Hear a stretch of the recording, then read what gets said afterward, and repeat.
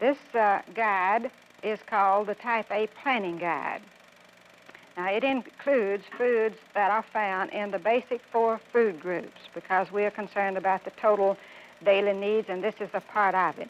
We must serve 1/2 pint of fresh fluid milk to provide calcium, riboflavin, and the other nutrients that are needed for our children.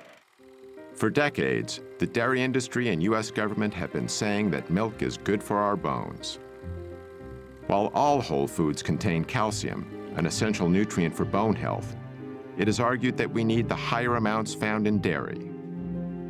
Children and aging women in particular have been singled out to drink more and more and more milk. What do you think the most important nutrient we get from dairy products is, like milk? Calcium. Calcium. Calcium. Calcium. Calcium. Calcium. Or calcium. Calcium. The science in terms of dairy's role in healthy bones is pretty strong. And in fact, the National Osteoporosis Foundation, of course, utilizes that science in their recommendations. Osteoporosis is a degenerative bone disease, which has been widely linked to a lack of calcium. If this is true, nations with a high intake of dairy products, which are a major source of calcium in a westernized diet, should have low levels of osteoporosis. But according to a study done by a distinguished Harvard researcher, nations with high levels of calcium intake tend to have high levels of hip fractures, which is a key indicator for osteoporosis.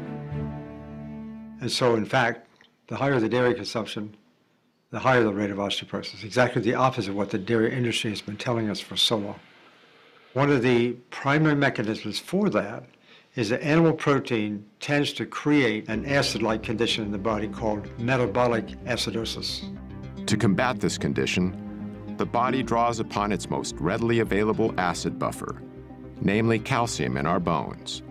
As the calcium is extracted to neutralize the excess acid, our bones are weakened. In defending the health benefits of milk, many national health organizations now recommend that we consume low-fat dairy products. It can be milk, it can be yogurt, it can be cheese, it can be anything made from milk.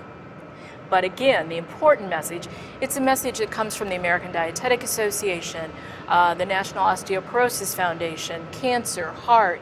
We're all in the same page. It needs to be low-fat or fat-free. So as the fat is taken out, the protein becomes a larger proportion of the total. So they become higher in protein, lower in fat. And when we compare these high protein, low fat milk products, for example, with prostate cancer, the relationship is as strong as it is for cigarette smoking and lung cancer.